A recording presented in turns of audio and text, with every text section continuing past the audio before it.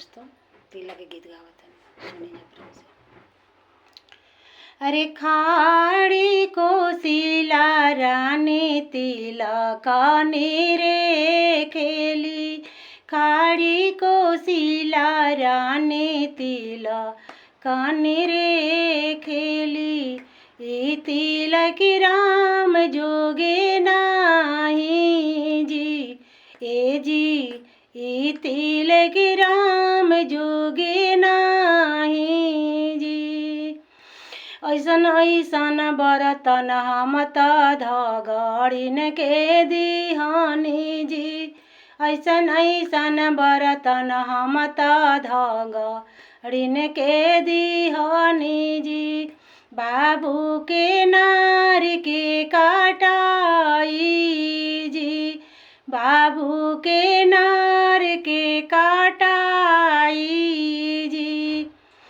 ऐसन ऐसन कपड़ा हम त नौआ के दिहनी जी, ऐसन ऐसन कपड़ा हम त नौआ के दिहनी जी।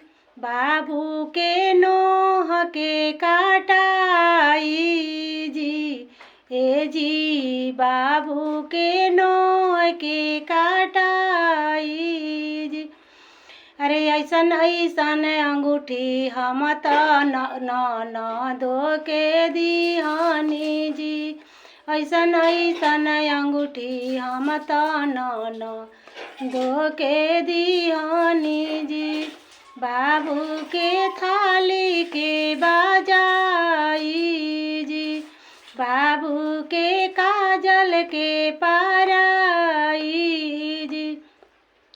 ऐसन ऐसन कपड़ा हम त पंडित जी के दिहनी जी, ऐसन ऐसन कपड़ा हम त पंडित जी के दिहनी जी।